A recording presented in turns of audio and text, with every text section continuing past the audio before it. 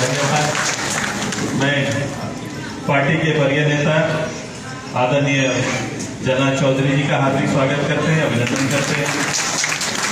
प्रकाश चौधरी जी का हार्दिक स्वागत है, अभिनंदन है। कुदरत शेख जी का हार्दिक स्वागत, अभिनंदन। जॉन तिग्गा जी का हार्दिक स्वागत, अभिनंदन।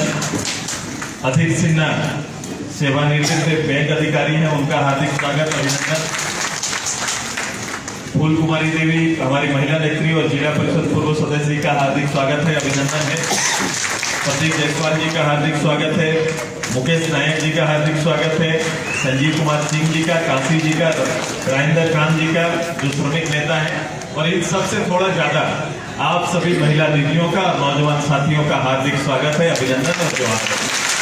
मैं अपने प्रेस मीडिया के साथियों का भी बहुत बहुत आभार व्यक्त करता हूँ। ये सौभाग्य है मेरा कि सीधे तौर पर प्रखंड स्तर के गांव के साधारण कार्यकर्ता, समर्थक और पंचायत के पदाधिकारियों के साथ इस सम्मेलन में संवाद करने का, बातचीत करने का, सीधे आपसे जुड़ने का एक अवसर मुझे प्राप्त हुआ है। संगठन का पूरे प्रदेश भर में कार्यक्रम चल रहा है, जहां प्रदेश भर में पार्टी के पूरा पुनर्गठन का कार्यक्रम चल रहा है, वहीं एक कार्यक्रम चल रहा है कि गांव, कस्बे, टोला, नगर इकाई क्षेत्र में जो जनसंवाद का जो अभाव है, उसको लेकर, लोगों की समस्याओं को लेकर संगठन को सक्रियता से भाग लेते हुए हल्ला बोल कार्यक्रम का भी कार्यक्रम राज्य भर में कहीं कहीं चल रहा है। आज हम नामकोम में, मेरा अपना जिला रांची के अंदर, और मैं सबसे ज्यादा नामकोम एक ही है, मैं अब सबसे ज्यादा भागीदारी महिलाओं ने निभाया है, इसलिए मैं आप सभी का ज्यादा आभारी हूं। चूंकि खेती बाड़ी का दिन है, जब प्रकाश इस कार्यक्रम को रखना चाह रहे थे तो मैंने कहा था कि खेती बाड़ी का दिन है, इसको बाद में भी किया जा सकता है। बस प्रकाश का जिद था कि भैया अभी कर देंगे, बाद में भी हम लोग कार्यक्रम करेंगे, लेकिन सम्मेलन तो हम लोग करेंगे। आज बारिश का कठिनाई के बाद भी इतनी संख्या में सब लोग आए, मैं आपका आभारी हूँ। और आपको एक पॉलिटिकल, राजनीतिक रूप से आपकी सुचिता, राजनीतिक रूप से आपकी जागरूकता का बोध आप कराते हैं। एक गृहस्थी महिला, कामकाजी महिला अपना बहुमूल्य समय निकालकर, नौजवान अपना कैरियर का कुछ हिस्सा निकालकर अगर इस राज्य के लिए समर्पित कर रहा है, राजनीतिक उद्देश्य के लिए समर्पित कर रहा है, तो एक बहुत बड़ा दायित्व निभा रहे हैं आप। मैं आज आपके सामने मैं इन बातों को सबसे ज्यादा जोर देना चाहता हूं। देखो, हम लोग राजधानी के अंदर है, हम लोग राजधानी में हैं, और राजधानी का फैलाव आप रिंग रोड एक लकीर के रूप में स्थापित हो गया। अभी और प्रयास हो रहा है कि इससे आउटर रिंग रोड बनाने की तैयारी चल रही है, लेकिन पूरे प्रदेश में झारखंड के लिए, झारखंड हो जाए बोल के आपके परिवार, आप खुद, हर परिवार मेरा मेहनत किया। हर परिवार का जीवन का एक लक्ष्य था कि बिहार से हम लोग हटकर अपने प्रदेश, अपनी परंपरा, अपनी संस्कृति के बीच में अपने नेतृत्व में जीने का अवसर हमें प्राप्त हो। शायद इतनी बड़ा लड़ाई का सबसे बड़ा उद्देश्य था। आज 22-23 साल पार हो गया, सरकारें आई, सरकारें गई, नई सरकारें बनी, लेकिन सरकार चलते चलते आप देखे होंगे परिवर्तन, कार्यक्रम चलेगा, देश चलेगा, देश में सरकारें रहेंगे तो कार्यक्रम चलेगा, विकास होगा, लेकिन विकास का अनुपात मेरे जीवन में कितना फर्क पैदा कर रहा है और कितना समय ले रहा है, ये बहुमूल्य चीज है। हमने इसी को ध्यान में रखते हुए गांव गणराज्य के लिए 101 गांव नामकोम में है, मुझे बताया गया। अब 101 गांव में आज भी इसी शहर के हिस्से में गांव में जाइएगा तो उसको राजधानी में होने का बोध नहीं है कि मैं एक राज्य का राजधानी में हूं, इसका किसी स्तर पर उसको बोध नहीं है, उसको विश्वास नहीं है, उसको वो नेतृत्व और वो सुविधा प्राप्त नहीं है। ये कारण क्या है? पंचायती राज व्यवस्था आया, मैंने कोशिश की पंचायती राज व्यवस्था आए, पंचायती राज व्यवस्था हुआ, लंबे समय के बाद पंचायती राज व्यवस्था हुआ, उसमें मेरी कोशिश हुई कि सबसे ज्यादा महिलाओं को जगह दिया जाए, और पहली बार रिजर्वेशन को 33% से बढ़ाकर 50% करके ये सुनिश्चित करने का काम किया। ये बात पहली बार हुआ कि कामकाजी महिला जो चूल्हा चौकी से बाहर निकलकर पहली बार घूंघट से निकलकर एक जिम्मेदारी का बोध हुआ। 500 की आबादी में एक वार्ड मेंबर, 5000 की आबादी में एक मुखिया, 5000 की आबादी में एक पंचायत सेवक, 50,000 की आबादी में एक जिला परिषद जीत के आते हैं। ये लीडर बढ़ा, नेतृत्व बढ़ा, लेकिन नेतृत्व बढ़ने के बाद हमने कोशिश किया कि गांव के अंदर संगठन को, महिलाओं को एकत्रित करते हुए स्वयं सहायता समूह के माध्यम से उनमें जागृति लाते हुए एक सोशल बैंक और सोशल इकोनॉमी को हम लोग कितना ज्यादा मजबूत कर सकते हैं, इसकी कोशिश हुई। उसी का परिणाम संजीवनी और फिर एनआरएलएम के रूप में आपके यहाँ पर काम कर रहा है। सभी जगहों पर एक कम से कम हमने गांव के अंदर में एक साधारण परिवार में आज के दिन में इस कार्यक्रम के माध्यम से एक भरोसा दिया है। जहां आपका एक समय ऐसा था कि बैंक में जाकर खाता खोलना मुश्किल होता था, कि बैंक में आप समूह बनाकर चले जाइए, बैंक कर्मी को इंटरेस्ट नहीं रहता था, कोई उसके लिए जरूरी नहीं समझा जाता था कि मैं महिलाओं को खाता खोलूं बोलूं, ये हो नहीं पाता था। लेकिन देखो खाता खुला, आप आगे बढ़े, संगठित हुए। आपके यहाँ पर सरकार द्वारा पूंजी के रूप में समय समय पर 15,000 10,000 का एक सामूहिक रूप से आपके यहाँ पर पूंजी के लिए एक राशि भुगतान हुआ एसएचजी में। इसका परिणाम क्या हुआ? 5-5 10-10 रुपया रख के इसका परिणाम सबसे ज्यादा आज के दिन में कोई बदलाव लाया है गांव के अंदर में, गरीब से गरीब परिवार में भरोसा दिया है, तो एनआरएलएम दिया है, आपका समूह दिया है। ये कैसे बोलेंगे भैया कैसे? तो ये ऐसे संभव हुआ है कि गांव के अंदर में 5,000 10,000 रुपया मांगना, किसी से सहयोग लेना बहुत मुश्किल था। बैंक आपको लोन नहीं देता था।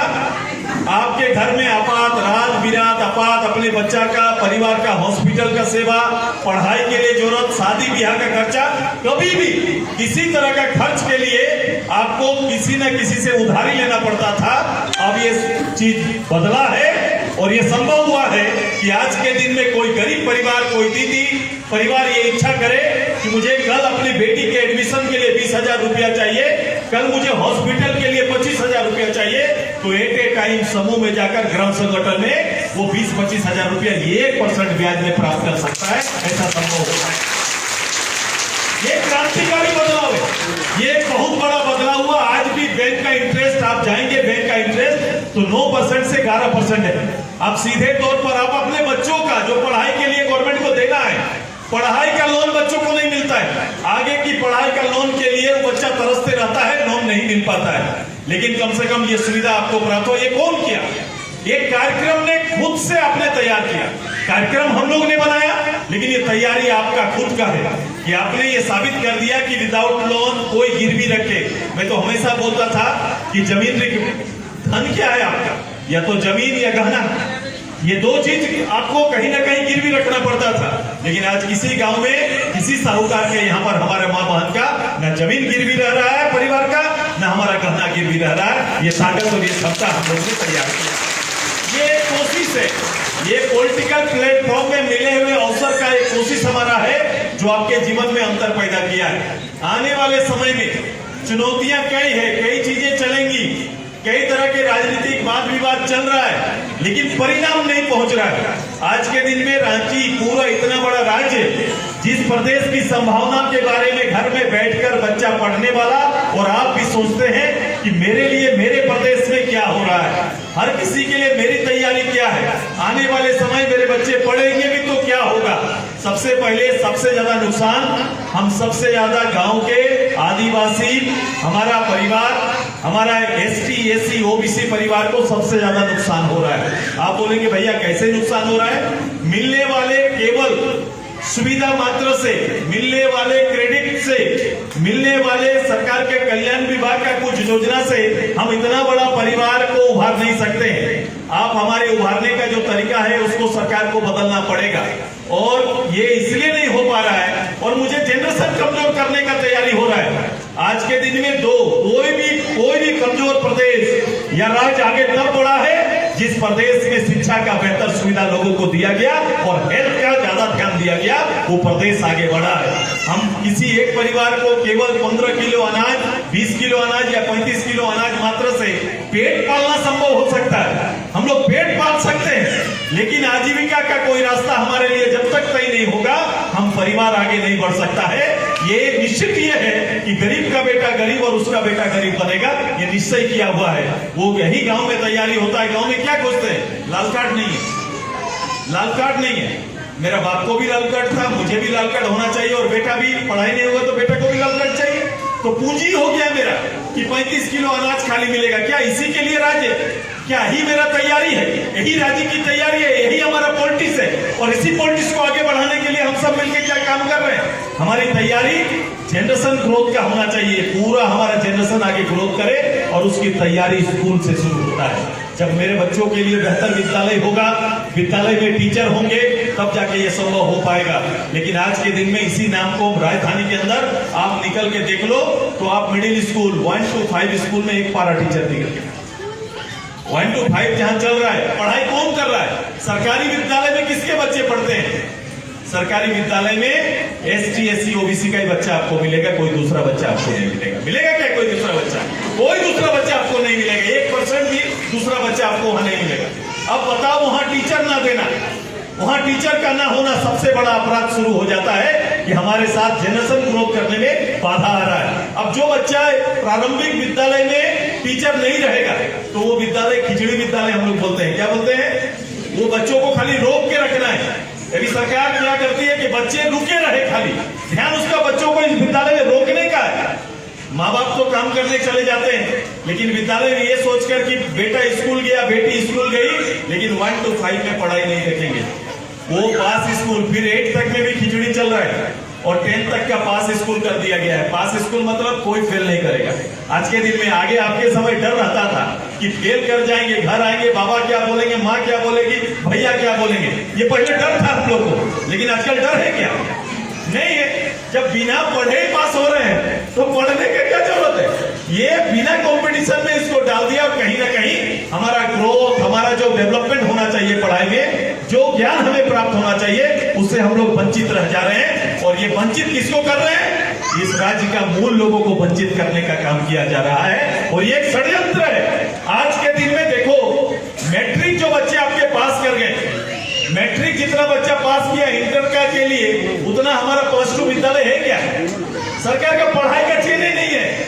अगर सब बच्चा बोले कि हम इंटर में एडमिशन लेंगे, 11th में एडमिशन लेंगे, तो हमारे पास +2 कॉलेज है क्या? होता है क्या? नहीं है। 10th के बाद आधा बच्चा लोग का पढ़ाई खत्म हो जाता है, आधा से ज्यादा। 1 से 5 छूटते हैं, 8 तक में फिर कुछ छूटते हैं, 10 तक में कुछ छूटते हैं, फिर आगे का पढ़ाई में छूटते चले जाते हैं। इसलिए हमारा पढ़ाई पहला तो कमजोर होता है, और हम पूरा पढ़ाई भी नहीं कर पाते हैं। मान लो हम पढ़ भी लिए, इसी तरह से बिना पास स्कूल से जाकर हम इंटर भी कर लिए, ग्रेजुएशन भी कर लिए, तो क्या मेरा बेटा बेटी कोई कॉम्पिटिशन के लायक हो पाएगा? हो पाएगा क्या? कोई सरकार का वैकेंसी भी निकल जाए, टीचर का निकले, सिपाही का निकले, वो पूरा कर पाएगा परीक्षा? नहीं। तो कोई बड़ा परीक्षा ना कोई ना बड़ा विद्यालय के लिए जा पाएगा, महाविद्यालय में ना वो चुनौती स्वीकार का हो पाएगा, ना कि कोई हमारा टीचर्स के लिए भी अपने आप को तैयार कर पाएगा। किसी भी के लिए जब काबिलियत बहुत जरूरी है, सरकार का काम है कि वो वैकेंसी निकाले, 90,000 टीचर की बहाली जल्द से करे, लेकिन इसके साथ साथ भी हमारे गांव में एक बड़ा वर्ग जो अछूता रह गया, इसके लिए भी प्लान करना पड़ेगा, तब जाके हमारा परिवार आगे जाएगा। हमारा काम ज्यादा सोशल रहता है। मैं पॉलिटिकल काम जरूर करता हूं, लेकिन मेरी चिंता आप है, क्योंकि यदि रांची आगे बढ़ भी गया, स्मार्ट सिटी बन भी गया, तो हमारा क्या? क्योंकि उस दरवाजे तक जाने का हिम्मत मेरा नहीं रहेगा, न मेरी योग्यता रहेगी, न हम योग्य रहेंगे, हमारी काबिलियत को नहीं रहेगी, क्योंकि हमने उस तरह से खुद को तैयार नहीं किया, और दूसरा उस योग्यता में हम लोग आएंगे नहीं, हम जहां के तहां रह जाएंगे, और एक बड़ा गैप होते जा रहा है, एक बड़ा अंतर होते जा रहा है। इतना मैंने कहा था कि ये सरकार आई है तो सबसे ज्यादा दिक्कत और परेशानी आज के दिन में एक व्यापार की तरह चल रहा है। जमीन, दिन रात लोग व्यापार की तरह जमीन लेके चल रहे हैं और घूम रहे हैं। आप ही के जमीन को बेचने के लिए रोज कुछ ना कुछ लोग घूमते रहते हैं और आपको पटाने का काम करते हैं कि जमीन दे दो, ये मिल जाएगा, वो मिल जाएगा। ये जमीन किसका जा रहा है? यही तीनों मूल लोगों का जमीन जा रहा है, जिनके हाथ में जमीन है वो घुसकते जा रहा है। और ये सबसे ज्यादा ट्राइबल में ये सबसे बड़ी जमीन बचाने का चुनौती इसलिए है क्योंकि सरकार उनको बिजनेस के, सबको तो नौकरी नहीं हो सकता, लेकिन सबसे पहला निर्णय है कि हमारा जमीन मॉर्गेज भी नहीं होता है, बैंक भी नहीं रखता है, हमारा नौजवान कोई बिजनेस करना चाहे तो बिजनेस नहीं कर पाएगा, क्योंकि हमारा जमीन मॉर्गेज नहीं होगा, हमें पैसा नहीं मिलेगा। और अगर हमको पैसा नहीं मिलेगा तो हम आगे कोई बिजनेस नहीं कर पाएंगे। अंततः जो भौतिक सुख के चलते कहीं ना कहीं घर की जरूरत को पूरा करने के लिए हमारा कहीं ना कहीं सादा पट्टा में जमीन लिखने का परंपरा चला हुआ है। यहाँ पर सादा पट्टा में जमीन लिख दे रहे हैं और जो घर बना रहे हैं वो घर कभी टूटेगा क्या? टूटेगा क्या? वो संबंध इस रूप से बन जा रहा है और वो कभी टूटेगा नहीं। और कहीं ना कहीं हमारा जमीन घटते जा रहा है। हम जमीन से भी जा रहे हैं, हम रोजगार से भी जा रहे हैं, हम सारी जरूरतों से जा रहे हैं। मेरी तैयारी न केवल इस विधानसभा और विधानसभा में विजय का, उससे पहले समाज को जगाना सबसे बड़ा चुनौती है कि समाज को जगाने। राजनीति किसके लिए करेंगे? राजनीति आपके लिए होना चाहिए, आप पर केंद्रित होना चाहिए कि हम इतनी बड़ी आबादी को और यहाँ के लोगों को आगे कैसे बढ़े, कैसे लेकर चले।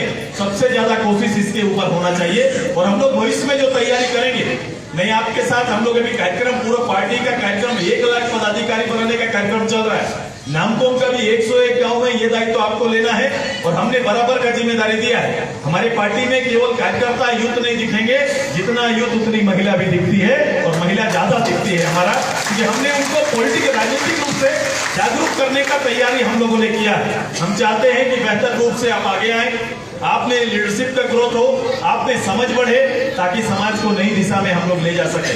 मैंने पंचायत चुनाव कराया, लेकिन हर्ष क्या है आज के दिन में, एक मुखिया जी है, लेकिन कर्मचारी मुखिया जी पे भारी है। भारी है कि नहीं?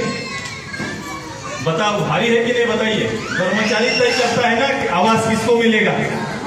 अगर ग्राम सभा में आपका आवास पास भी हो जाता है तो आवास को आगे पीछे करने का बहुत ताकत और क्षमता रखता है। एक भी काम सरकारी बता दीजिए आपके ब्लॉक में बिना पैसा का हो रहा है क्या? एक भी काम बता दो, एक भी कोई काम सरकार का कोई जवाबदेही के साथ कर रहा है क्या? वीडियो सीओ को ब्लॉक में पब्लिक का सुनने का मन नहीं लगता है, उसको जमीन नापने में मजा आता है। थानेदार को गांव का समस्या सुलझाने में अच्छा नहीं लगता है, उसको सड़क पे खड़ा होकर गाड़ी को हाथ देने में मजा आता है कि नहीं? ये कैरेक्टर बदला हुआ है, ये चरित्र बदला हुआ है। अधिकारी जिसको सेवा करना चाहिए, जिसको काम करना चाहिए, जिसको ड्यूटी करना चाहिए, उसके कैरेक्टर को सरकार ने बदल कर रख दिया।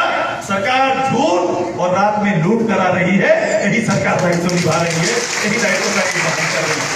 हम सब पूरे लोगों को कहीं ना कहीं ये नुकसान ले दे के हमारा हो रहा है। अधिकारी दायित्व से अलग हटेंगे तो एक गलत संस्कार पैदा होगा।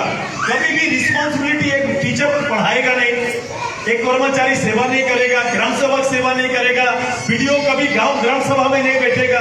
वीडियो ग्राम सभा जाते हैं क्या? ग्राम सभा बैठते हैं क्या? कभी किसी गरीब के पास जाके बैठते हैं कि आप कैसे छूट गए, पूछा भी है कभी किसी का? किसी एक आदमी का भी आंसू पोंछने का काम करता है क्या?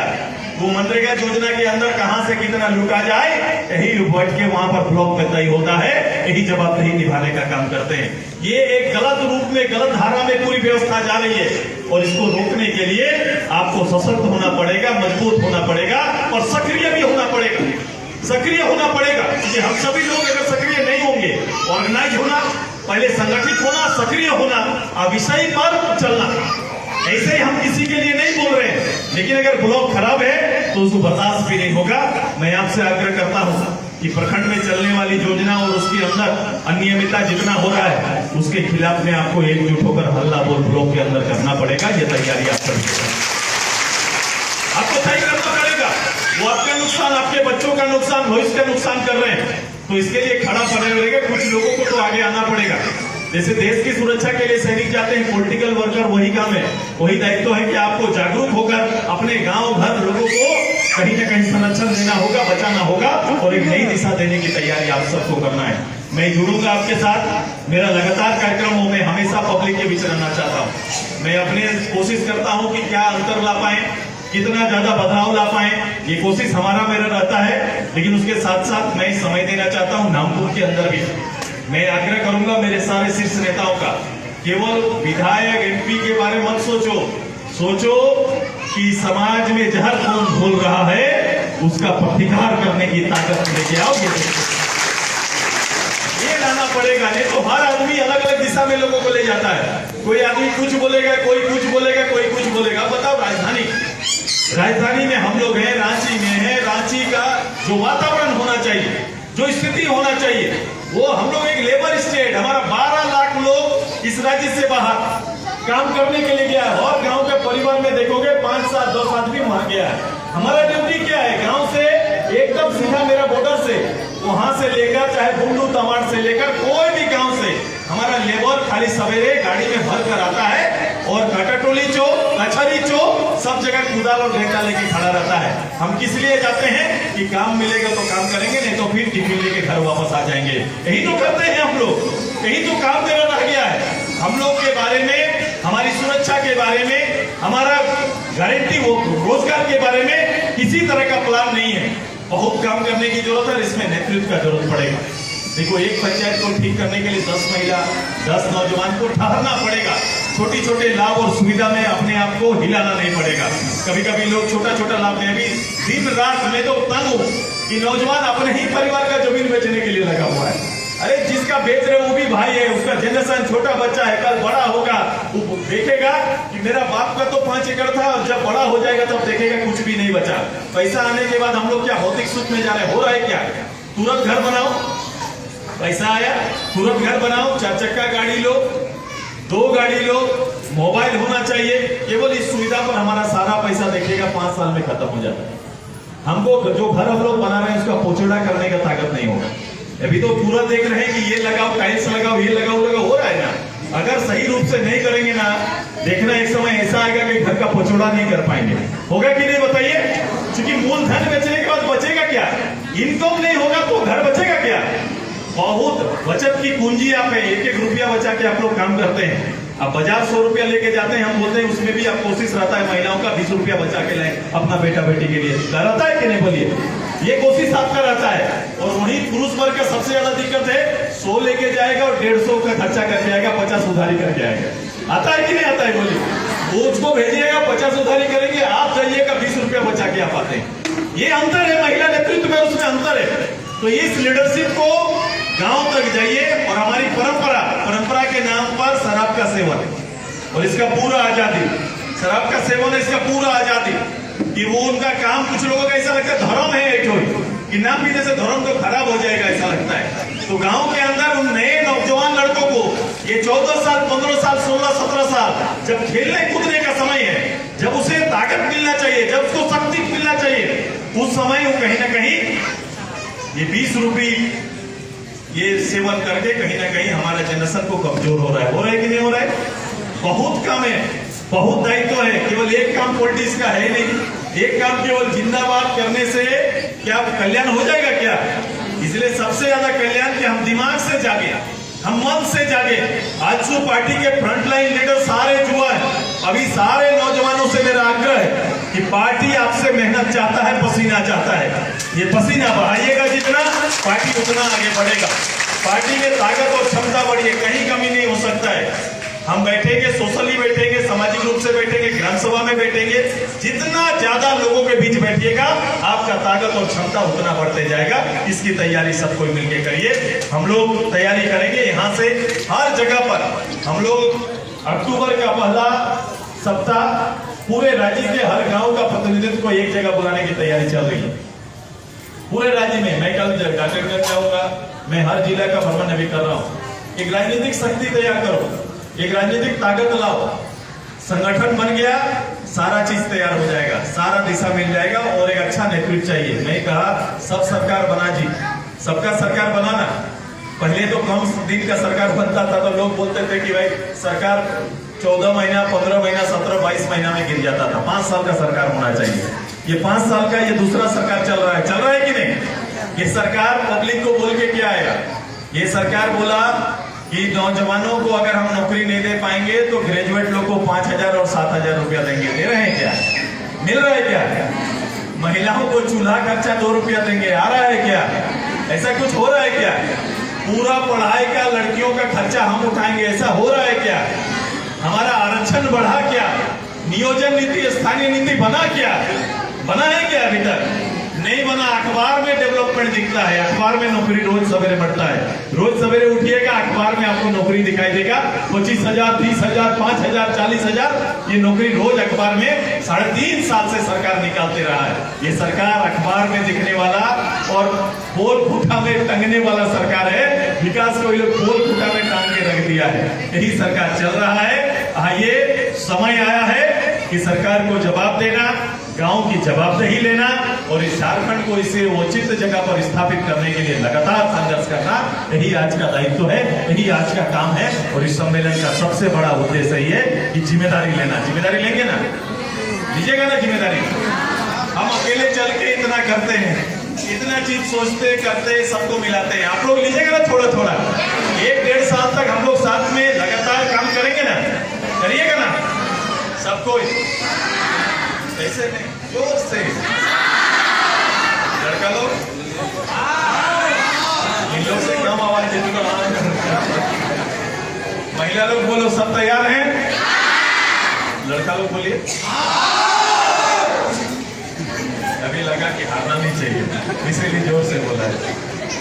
तभी हर गांव से, अभी खेती बाड़ी में आप जाएंगे, लेकिन हर गांव से एक दीदी हम लोग पिलर मेंबर के रूप में तैयार करेंगे। पिलर मेंबर के रूप में आएंगे, पिलर मेंबर के रूप में आएंगे, वो अगुवा बनेंगे। उसके नीचे चूल्हा प्रमुख आएगा, चूल्हा प्रमुख से फिर ऊपर आप पंचायत कमेटी, जो भी लड़का लोग आए उसी तरह से हर पंचायत में महिला प्रभारी रहेगी, फिर ब्लॉक का पदाधिकारी बनेंगे। थोड़ा समय दीजिए अपने गाँव के लिए, अपने राज्य के लिए थोड़ा समय निकालिए। जो समय आप ऐसे ही बिताते हैं, अब थोड़ा हम लोग अपने राज्य के लिए आगे बढ़कर एकजुट होकर काम करेंगे। मेरी कोशिश होगी थोड़ा एरिया वाइज भी ज्यादा समय मिलेगा तो आप लोग लाली से लेकर सीधे नीचे तक, इधर नामकोम के उस एरिया में, कभी जहां पर हम लोग पार्क बनाए थे उस एरिया में भी, ये मेरा शहर के छिपे नीचे बहुत तकलीफ है लोगों को, मैंने देखा है। ऐसे जगहों में भी हम जाएंगे ताकि आपके और मेरे लोगों का विश्वास बढ़े। आप लोग ऑर्गेनाइज करना, मुझे नीचे उतरकर, गांव में उतर के काम करने में हमको अच्छा लगता है। जहाँ बैठेंगे, काम करेंगे और उनको सलाह देने में अच्छा लगता है। उनका जीवन में अगर थोड़ा भी परिवर्तन कर पाए तो यही मेरा लीडरशिप का, यही सबसे बड़ा उद्देश्य मेरा पूरा हो पाएगा। यही अच्छा फायदा करना चाहते हैं। मैं समर्पित हूँ आपके लिए, मैं अपने पब्लिक के लिए, अपनी जनता के लिए।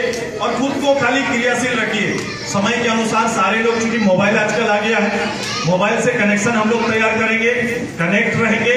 कार्यक्रम जो भी होगा थोड़ा योगदान आपका, और बाकी आपके उपाय, गांव की समस्या जो भी है, इसको सामूहिक रूप से निपटने की तैयारी आप सब करिए। समूह के बीच में भी हम काम करेंगे। नौजवान से मेरा आग्रह है कि अपने भविष्य के लिए, इस राज्य के भविष्य के लिए दोनों योगदान आपको देना पड़ेगा। ये सीमित संसाधन के अंदर में हम लोग बेहतर क्या कर पाए, इसकी कोशिश हमारी लगातार चलेगी। और जो तंत्र है, जो गलत मंत्र में चला गया है, इसको सही करने के लिए भी हम सबको तैयारी करना पड़ेगा। नामकोम की तिथि तय करिए, सभी को एक दिन चेतावनी देने का काम करिए। पीडीओ सीओ से जितना पदाधिकारी है, बोलो जनता के प्रति जवाबदेह आप बनो और जवाबदेही के साथ काम करो, वरना ब्लॉक में बैठने नहीं दिया जाएगा। ये चेतावनी देने का काम करिए। एकदम ये करना पड़ेगा। लूट का छूट नहीं देना पड़ेगा। लूट का छूट सरकार दे सकता है, पब्लिक नहीं देगा। देंगे क्या? ये इसकी तैयारी आप सब करें। आप सभी को आज का इतना महत्वपूर्ण दिन में आप सभी लोग आए, आपको बहुत बहुत आभार, साधुवाद। हम लगातार जैसे 1 महीना के बाद फिर से आपसे जुड़ेंगे। कार्यक्रम दूसरा रहेगा, लेकिन जैसे रोपनी खत्म होगा, निकाय से पहले मेरा एक कार्यक्रम आपके साथ फिर से होगा। इन्हीं बातों के साथ आज का बात का अंत करते हैं। धन्यवाद, जवाहर, जय राम।